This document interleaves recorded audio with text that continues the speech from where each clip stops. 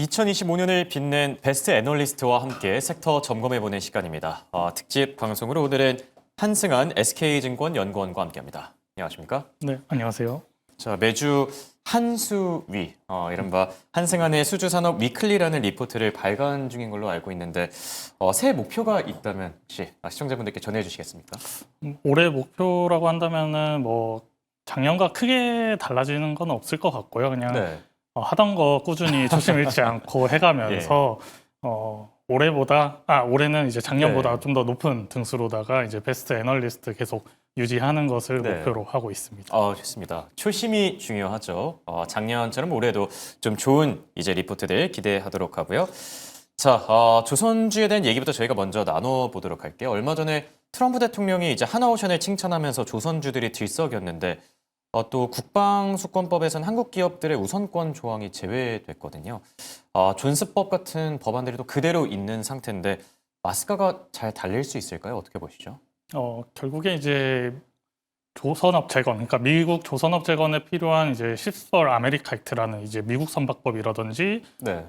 이제 미 해군 준비 태세 보장법, 이건 뭐냐면 해외에서도 미 함정 건조가 가능해지는 법안인데, 이런 법안이 통과되지 않은 상황에서 사실 올해 26년도 국방수권법에 네. 그런 조항들이 빠진 거는 사실 의미가 그렇게 크지 않다고 보고 있습니다. 왜냐하면은 관련돼서 예산안을 편성을 하려면은 앞서 말씀드린 법안들이 먼저 통과가 되어야 관련된 예산을 짤 수 있는 건데, 그렇죠. 이러한 법안 통과 없이 예산안을 짤 수 없는 상황에서 그런 조항이 빠진 것은 사실 의미가 크게 없다고 보고 있고요. 결국에 우리가 기대해야 될 거는 올해 안에 그 의회에 계류돼 있는 그런 법안들이 통과가 빨리 되어야 됩니다.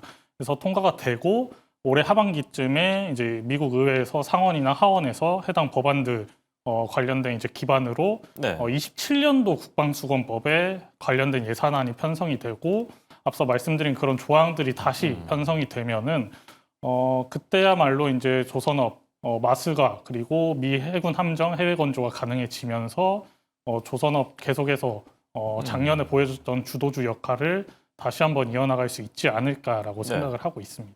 네.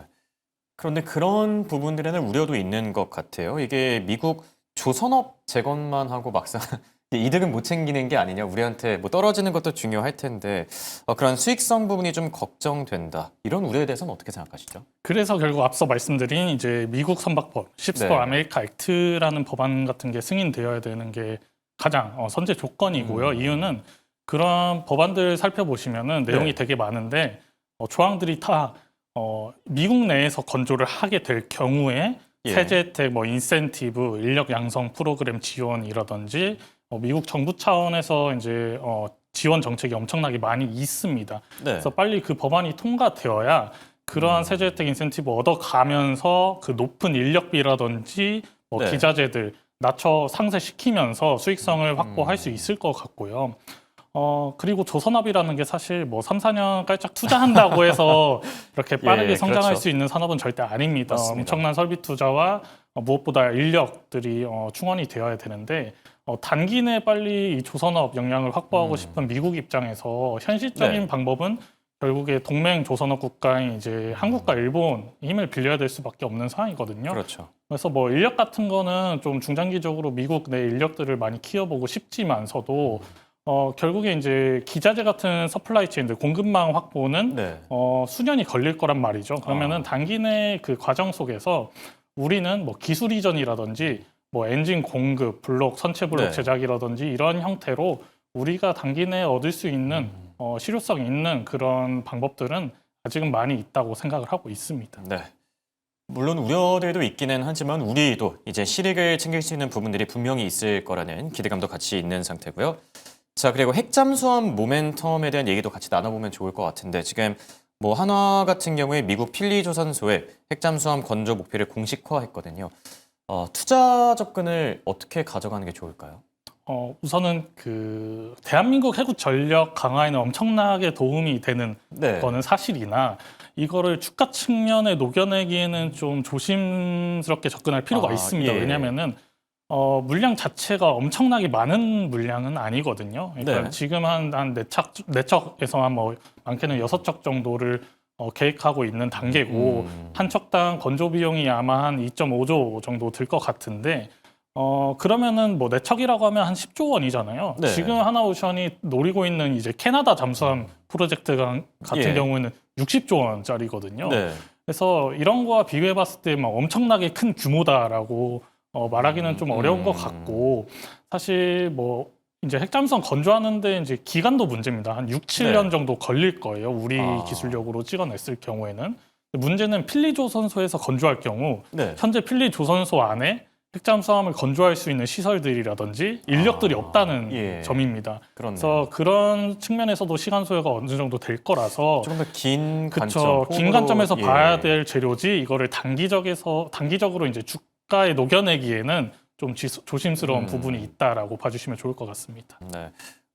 중기적인 관점에서 바라봤을 때는 어떨까요? 좀 긴 우리- 호흡은 물론 중요하긴 네, 하겠지만. 앞서 말씀드린 예. 필리조선소에서 만약에 핵잠수함 건조할 수 있는 시설들이라든지 네. 인력들을 만약에 충분히 확보하게 된다 그러면은 우리나라 대한민국 해군 핵잠 건조에서 끝날 게 아니라 미국 핵잠수함 건조까지도 이어갈 수 있는 그러니까 관련돼서 이제 미 해군 함정 예산은 결국에 잠수함이 항상 우선순위에 편성이 되는 예. 부분이거든요.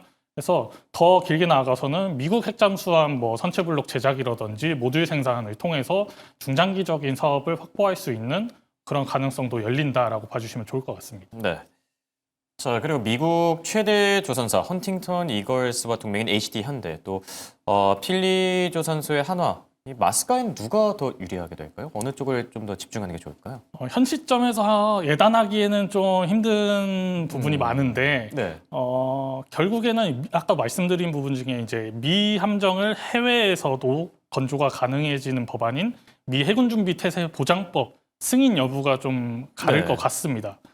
이유는 HD 현대 같은 경우는 합병을 마친 이제 HD 현대 미포 야드 2개 도크를 열어 가지고 기존에 있는 현대중공업의 특수선 도크와 더불어 함정 건조, 해외 함정 물량을 많이 찍어내서 방산 매출을 끌어올리겠다라는 전략이거든요. 그래서 네. 결국에 미 해군 준비태세 보장법이 승인이 되면은 헌팅턴 잉걸스라는 미국 내의 최대 함정 건조 네. 조선소를 통해서 하도급 형태로 수주 물량을 많이 확보할 수 있을 겁니다. 그러면은 우리나라에 있는 국내 야드들, 효율적인 야드들 그리고 미국 인력보다 상대적으로 낮은 인건비 그리고 공급망을 통해서 좀 높은 수익성 장기적인 물량을 확보할 수 있을 것 같고요. 네. 만약에 이와 반대로 만약에 미 해군 준비태세보장법이 승인이 나지 않는다거나 아니면 승인된다고 하더라도 해외 함정 건조 물량을 미국 측에서 많이 발주를 해주지 않는다면은 결국에 중장기적으로 뭐 아까 말씀드린 십스파 아메리카 액트 그러한 그 미국 내 건조 조건을 달고 있는 세제 혜택, 인센티브 같은 조항들을 수혜를 충분히 누릴 수 있는 미국 내 네. 조선소를 갖고 있는 필리 조선소를 갖고 있는 하나그룹이 좀 더 차별성을 부여받지 않을까라고 생각을 하고 있습니다. 네. 중장기적인 관점에서 한화그룹이 성장성을 조금 더 확보할 것이다 이렇게 조언을 해주셨고요. 그렇다면 궁금한 부분이 이제 올해 이 K조선의 수주 모멘텀이 어떻게 될지가 좀 궁금한데 새해 수주 전망에 대해서는 어떻게 보고 계세요? 올해 상선 수주는 작년하고 비교해봤을 때 뭐 비슷하거나 아니면 좀 더 많이 받을 수 있을 것으로 보고 네. 있습니다. 일단은 글로벌리 봤을 때 작년에 예. 선박 발주량이 많이 급감을 했었는데 그렇죠. 사실 중국이 많이 못 받았고요. 예년 네. 대비해서. 우리 국내 조선 3사는 사실 수주량은 선정했죠. 괜찮았습니다. 예, 재작년과 맞습니다. 비교해 봤을 때. 이유는 작년 4월부터 미국 무역대표부 네. USTR이 미 항만으로 들어오는 중국 선사라든지 중국 선박에 대해서 항만 수수료를 부과를 하겠다라고 공표를 그랬었죠. 선제적으로 해놔서 글로벌 선주들이 중국 조선사한테 발주하지 말고 한국 조선사한테 발주를 하자라는 물량이 많이 들어왔었거든요. 물론 미중 협상 과정에서 그 행정명령이 1년 유예가 됐지만 사실 올해 10월 달에 다시 한번 발효가 될 수 있는 부분도 배제할 수 없습니다.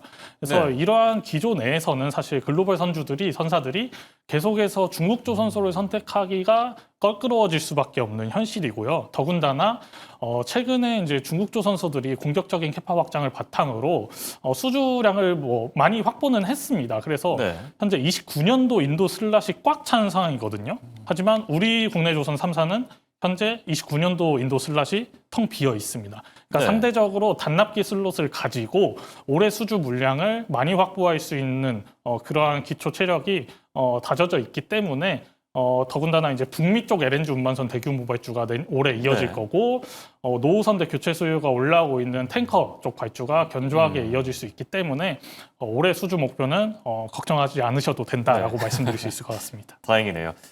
그리고 미중 갈등 수의 모멘텀도 좀 당분간 지속된다라고 보는 게 맞을까요? 작년 이제 유예되면서 1년 유예되면서 사실 약해지긴 네. 했지만 트럼프 2기 행정부 내에서는 사실 미국 어쨌든 조선업을 기조라는 게 그쵸 있으니까요. 제재하려는 예. 움직임이 이제 필요성이 계속해서 대두되는 건 사실이거든요. 네. 그 이면에는 이제 결국 조선업 역량이 해군 함정 건조 역량과 직결되기 때문에 중국 해군력 견제를 위한 예, 게 크다고 그렇겠네요. 보시면 될 것 같습니다. 네. 그래서 이러한 부분들이 사실 쉽게 꺼지지 않을 것 같고요. 이러한 기조를 이어가기 위해서 결국에 미국은 자꾸 이제 유럽 쪽 선주 선사들과 네. 협력을 통해서 그 해당 발주 물량을 중국 조선소한테 내지 않게끔 하려는 움직임이 조금씩 강화되고 있기 때문에 그러한 기조가 올해뿐만 아니라 좀 내년에도 이어지지 않을까라고 생각하고 있습니다. 네.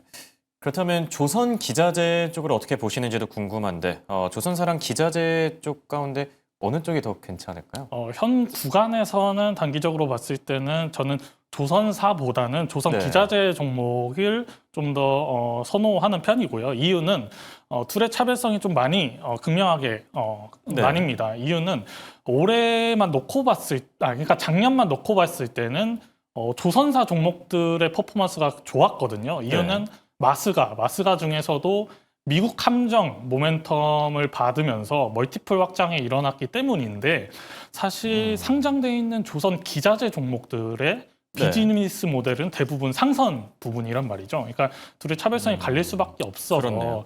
조정 구간이 최근에 2달 동안 있었지만 사실 이거는 수급적인 측면이 가장 컸고 펀더멘탈은 사실 변한 게 없거든요. 상선 부분에서. 그래서 최근에 뭐 엔진 쪽 글로벌리 쇼티지도 나고 있고 올해 수주 아까 말씀드렸다시피 네. 북미 쪽 LNG 운반선 대규모 발주가 나올 것으로 예정이 되어 있고 아까 말씀드린 탱커 중심의 대규모 발주가 이어질 거기 때문에 상선 부분의 견조한 펀더멘탈이 유지될 것으로 보고 있어서 엔진 종목들이나 아니면은 본행제 종목들이 좀 상승 여력이 올해는 많이 있지 않을까라고 생각하고 네. 있습니다. 기자재 종목 가운데 엔진 그리고 또 본행제 쪽의 매수 전략이 유효하다 이렇게 얘기를 해주셨고요. 차세대 조선 기술과 관련해서 뭐 친환경 엔진이나 자율운항 선박 여러 가지가 있을 텐데 주목할 만한 부분이 있을까요? 일단 우선적으로 선박 엔진 결국에 이제 점진적으로 강화되는 환경 규제 속에서 네. 친환경 연료 엔진에 대한 선택은 불가피하거든요. 그러니까 방향성은 이미 정해져 있고 시점의 문제일 뿐 그러한 친환경 연료 엔진 기술 개발은 지속적으로 필요할 수밖에 없을 것 같고요. 더 나아가서는 뭐 자율운항 선박이라든지 뭐 SMR 선박 같은 차세대 기술 적용 운반선이라든지 더 나아가서는 차세대 에너지 운반선인 뭐 액화수소 운반선 개발 같은 게 반드시 필요할 거고요. 물론 시간이 걸릴 수밖에 없기 때문에 그 전까지는 우리가 가장 잘하고 있는 LNG 운반선에 들어가는 화물창 기술이 아직까지는 현재 프랑스에 있는 GTT라는 회사가 로열티 라이센스가 가지고 있기 때문에 성과의 5%에 해당되는 로열티를 내면서 우리가 쓰고 있습니다. 네. 그래서 한국형 화물창 개발을 통해서 글로벌 선주들의 선택을 받아서 트랙 레코드를 빨리 쌓아서 그 5%를 안내해 가면서 가격 경쟁력을 높여가면서 앞으로도 LNG 캐리어 운반선 수주 물량을 충분히 확보하는 방향으로 나아가야 된다라고 생각하고 있습니다. 네. 자, 이렇게 오늘 조선과 관련된 다양한 이야기들 들어봤습니다. 지금까지 도말씀의 SK증권의 한승환 연구원과 함께했습니다. 네, 고맙습니다.